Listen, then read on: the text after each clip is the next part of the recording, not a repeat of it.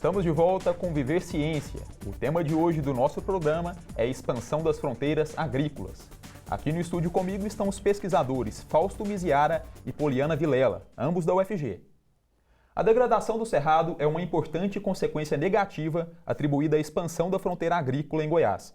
Mas esse processo também produz resultados positivos, sobretudo no âmbito social e econômico. Vamos acompanhar a reportagem. No âmbito social, você tem a dinamização dos lugares, um impulso à melhoria das regiões. Você tem cidades que foram, inclusive, instituídas, criadas pelo advento da expansão da agropecuária, que antes não existiam e com a chegada da fronteira agrícola elas surgiram. Então você tem os benefícios sociais da dinamização dos lugares. Tem os benefícios econômicos da geração de renda, da produção, aumento da produção, melhoria da produtividade, uso de tecnologias para o melhor desenvolvimento e aumento da produtividade, de insumos. A expansão da fronteira agrícola em Goiás ganhou força a partir da década de 70, com a chamada Marcha para o Oeste, uma iniciativa do governo federal para dinamizar a região central do Brasil. Naquele momento, a liberação de recursos via políticas públicas priorizou o plantio de soja. A partir agora dos anos 2000, 2003, nós temos o avanço da cana aqui no estado de Goiás. É uma produção bastante antiga aqui na região, mas que sofreu uma dinamização a partir dos anos 2000 com mais uma política pública. O Programa Nacional de Agroenergia é incentivado pelo governo federal para poder buscar expandir a produção de cana-de-açúcar para a produção de etanol, visto ser um combustível renovável, menos poluente do que o petróleo e seus derivados, e acabou tendo a expansão de fronteira da cana-de-açúcar a partir dos anos 2000 aqui no estado de Goiás. Hoje, existe no estado uma competição entre a produção de cana e de soja, mas a busca por áreas para plantio perdeu força diante de uma tendência observada em todo o Brasil.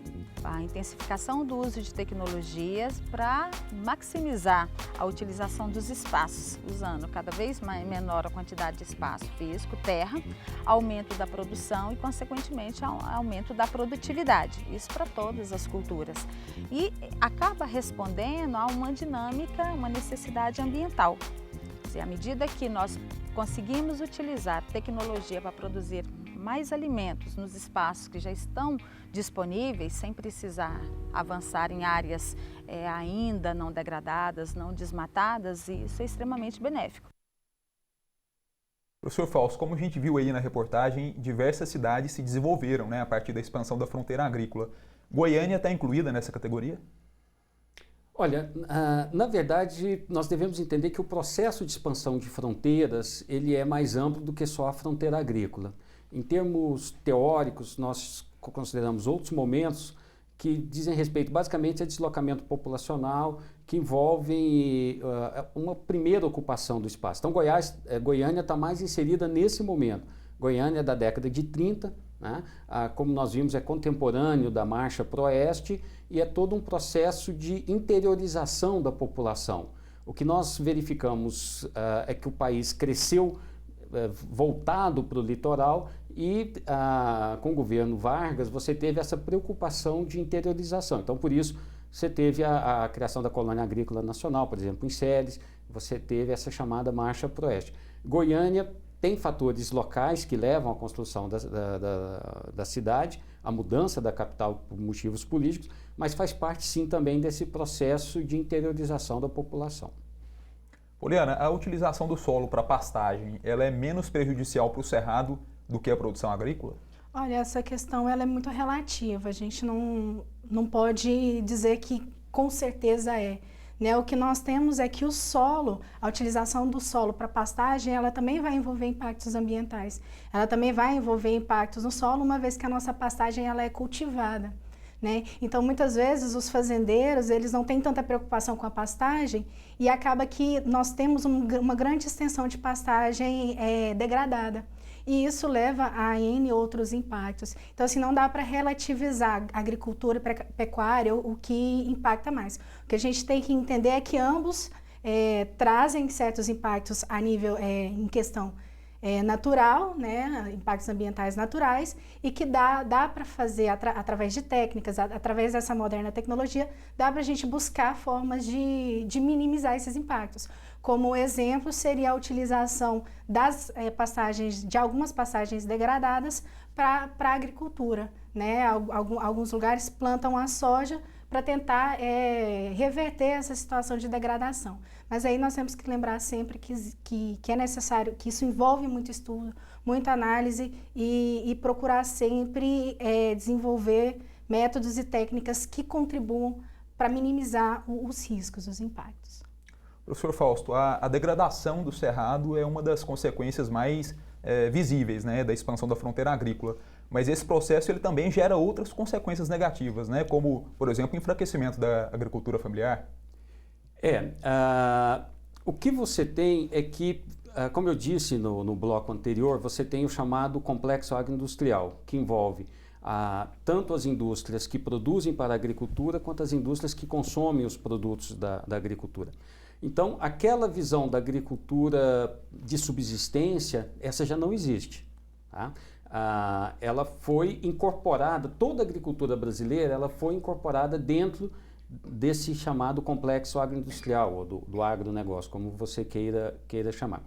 Dentro dessa dinâmica, você teve um forte processo de expulsão de parte desse segmento. Né? O Brasil, como aliás o mundo todo, deixou de ser um país agrário, um país rural, para se tornar um país urbano. Então, uma parte importante da agricultura familiar efetivamente foi expulsa do campo. Agora, por outro lado, você tem uma parte da agricultura familiar que foi incorporada nesse processo. Ela foi incorporada de forma subalterna, com diversos problemas, mas foi incorporada. O que você tem no caso da agricultura familiar é uma heterogeneidade muito grande. Você tem uma parte dessa agricultura que consegue inclusive uma ascensão econômica e outra parte que não consegue. Mas o principal efeito foi essa incorporação ao mercado e que isso gera uma heterogeneidade. Tanto alguns conseguem uma inserção positiva e outros são expulsos. Os conflitos por terras também é uma outra consequência, não é isso? Do na processo. verdade, os conflitos de terra eles antecedem o próprio momento da fronteira agrícola. Se a gente pensa a fronteira agrícola como o processo de modernização da agricultura, ele de modo geral ocorre quando essa questão agrária já está resolvida. Esse conflito, de modo geral, está associado com momentos anteriores de ocupação que a gente chama de frente de expansão e frente pioneira. Que a gente vai explicar daqui a pouquinho. Viver Ciência faz agora uma breve pausa. No próximo bloco, você vai conhecer o Laboratório de Processamento de Imagens e Geoprocessamento da UFG, o LAPIG. Até já!